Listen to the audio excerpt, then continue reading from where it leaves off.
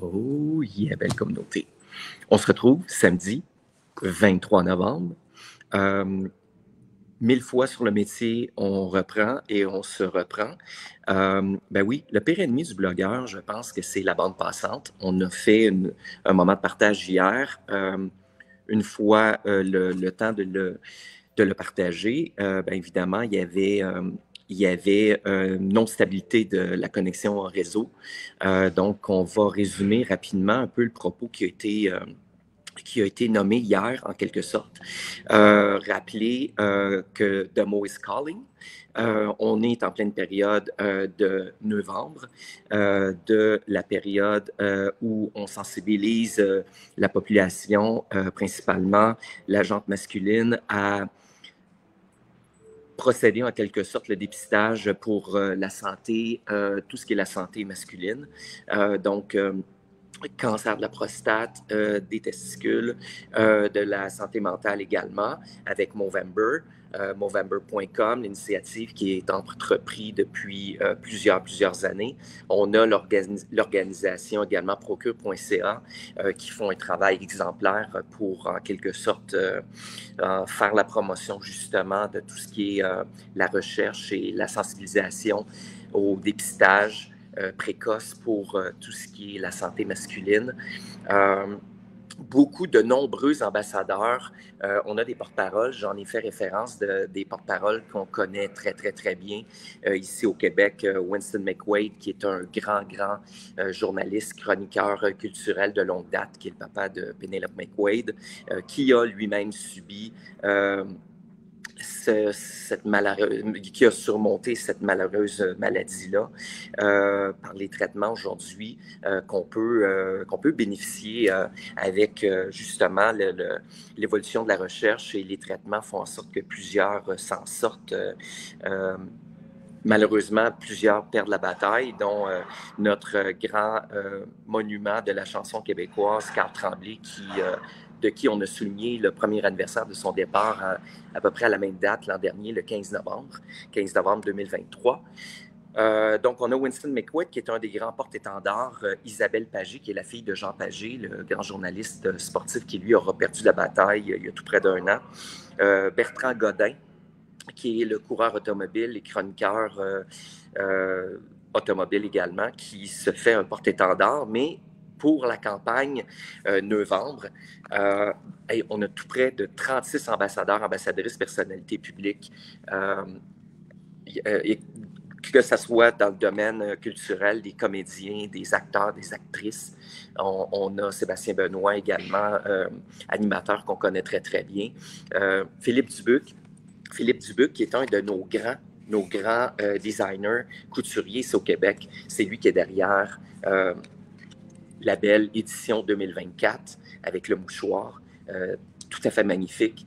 C'est un cadeau qui se place très bien sous le sapin pour les cadeaux, belle idée cadeau pour tout ce qui peut être justement encouragé. On fait une pierre deux coups. On se porte très bien, élégant, avec justement dans la plupart de nos soirées festives où on s'habille chic, BCBG, ça se prête très bien à notre garde-robe. J'adore le nœud papillon. François aime les nœuds papillons, les souliers neufs et les beaux vestons. Celui-ci, ben, tient particulièrement à cœur parce que c'est Michel qui l'a fait, et j'aime beaucoup le nœud papillon. Le nœud papillon, très drôle, hier, je partageais parce que je me suis dit, ça vient de où ça, finalement, le nœud papillon? Les historiens ne se rejoignent pas tous, mais à travers les époques, on aurait vu des petites cravates ou des nœuds à peu près similaires à ce qu'on connaît aujourd'hui dans l'appellation du nœud pape ou du nœud papillon. Ça proviendrait probablement d'une visite, justement, d'un grand richissime aux États-Unis qui est allé visiter, il se nomme James James Brown Potter, en 1886, qui serait rentré d'un séjour chez le prince de Galles, Édouard VII à l'époque, avec une veste, une coupe originale, pour passer au fumoir, parce qu'on sait que les gens s'habillaient de façon particulière et chic, étaient très bien mis, toujours avec beaucoup de diligence et beaucoup de prestance. Et à ce moment-là, il serait revenu de sa visite chez le prince de Galles, qui lui avait fait confectionner chez un grand couturier, Henry Poole de Londres. Et lorsqu'il est revenu à la maison, il aurait participé à un bal au très chic Tuxedo Park Country Club près de New York, en portant cette veste. Puis un ami de Potter, Pierre Lorillard, qui était lui-même un couturier, aurait pris la liberté de retoucher un peu cette veste et fabriquer pour s'en ami une cravate courte. Puis à l'époque, le veston, c'est ce qu'on nommait un smoking, parce que le smoking a toujours été associé de près avec le nœud papillon. Aurait justement pris l'appellation de Tuxedo parce que c'est la première fois que ce type de veston-là aurait été porté lors de cet événement-là, à Tuxedo même. Donc, c'est de là qu'on a associé le smoking au nom de Tuxedo. Mais ce qu'on pourrait rattacher davantage, c'est qu'en 1904, lors de la représentation de Madame Butterfly de Puccini, les historiens se rejoignent à peu près dans le consensus de la première appellation, ou en tout cas du vocable de nœud papillon, parce que les chanteurs de l'époque dans cet opéra-là portaient un nœud court aux boucles amples. Probablement que ça devait faire partie justement des costumes, ou en tout cas au niveau de la scénarisation.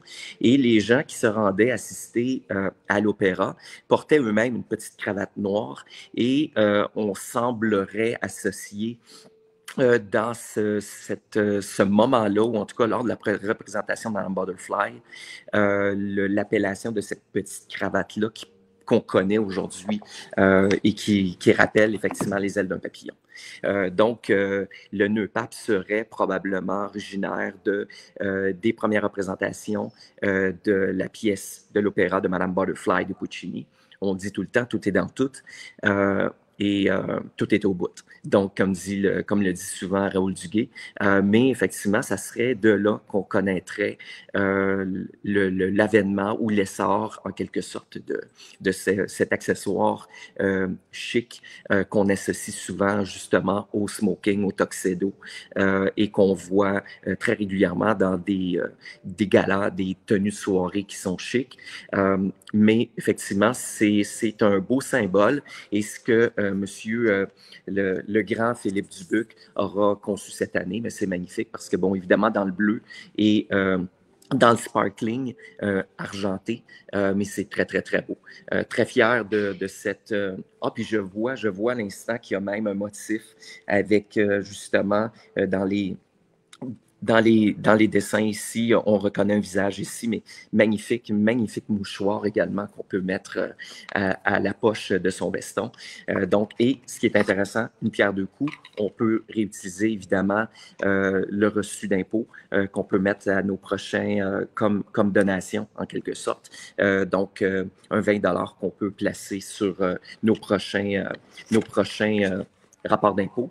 Donc, on joint l'utile à l'agréable, novembre, Beau-Vember, et ça part rapidement. Il y a plusieurs commerces, dont Ernest. Il y a le groupe également.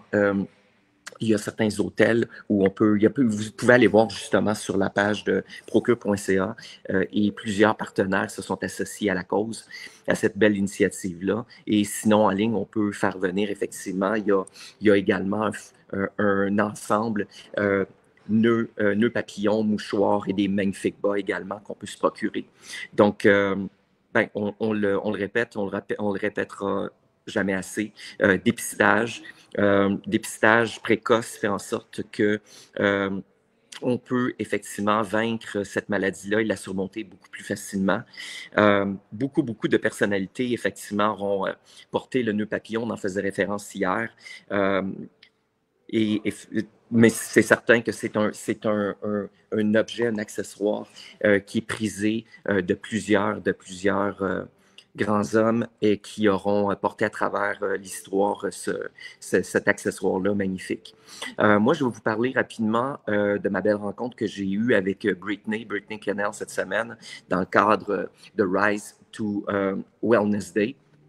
Belle rencontre de la grande Brittany Kennel qui est une récipiendaire qui a été dans de The Voice. Il y a une première Canadienne qui était à The Voice aux États-Unis il y a plusieurs années de ça. Maintenant, roule sa bosse dans l'univers du country. Elle nous présente donc un concert bénéfice le 28 novembre prochain à Maison Principale. C'est l'assaut qui le présente. Donc, c'est Holiday Benefit Concert, Brittany Kennel and Friends. On va pouvoir y retrouver sur scène en sa compagnie Guillaume Lafont, Léa Jarry, Mackenzie Moreau, Andy Thériault, Emmanuel Boucher et Justin Saladino. Donc, ça se promet d'être un programme qui va être haut en couleur. Ils vont nous présenter de belles nouveautés, entre autres sa nouvelle chanson qu'elle nous a proposée sur toutes les plateformes de musique en ligne, Spotify, Apple Music, etc. Cowboy Santa, qui est excellent, un beau rythme, c'est elle qui l'a composé et qui l'a produit également. Donc, allez découvrir ça sur toutes les belles plateformes de musique, c'est très entraînant et elle a tellement de magnifiques voix, Brittany. On l'adore, tellement sympathique. J'ai eu un peu le bonheur de converser avec elle à tous les fois que je la croise, toujours généreuse de son temps et elle attend un beau bébé en plus de ça. Elle est en pleine grossesse actuellement et en tout cas, ça va être un beau cadeau pour elle pour le début 2025. Ben hâte de revoir donc Brittany lors de ce concert-là le 28 novembre. Vous pouvez procurer les billets sur Evenco. Donc, Holiday Benefit Concert de Brittany Kennel and Friend qui va être présenté le 28 novembre à 18h. Donc, écoutez, en plus, Rajotte, son dernier épisode de la chaîne musicale à partir de midi demain, donc sur Ici Musique, de midi à 14h, va nous raconter encore une fois le parcours musical, grand mélomane aguerri qu'il est, les oreilles de Rajotte. On a beaucoup de plaisir à entendre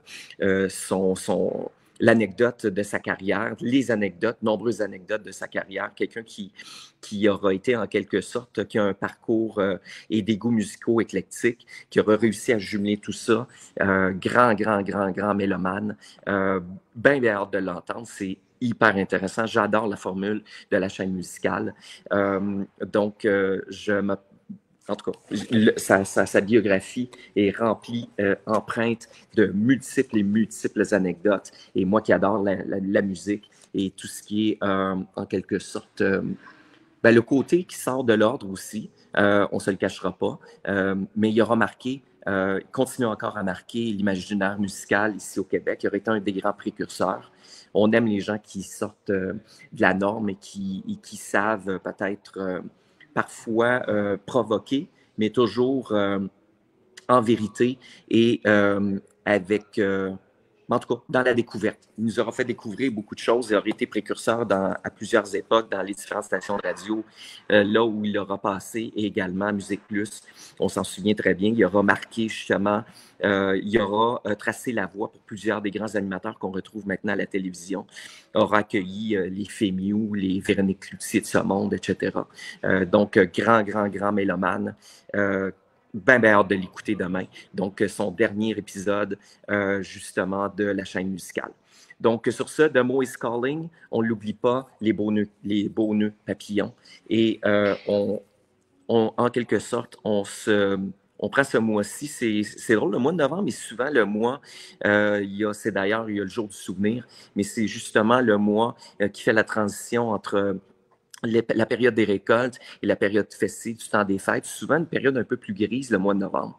Mais c'est le moment parfait pour faire en quelque sorte un temps d'arrêt, un temps de réflexion et c'est un mois de souvenance également, de se souvenir de ceux qu'on aime et en quelque sorte, je pense que les belles initiatives se multiplient, se chevauchent. Donc sur ce, belle communauté, je vous souhaite un magnifique samedi.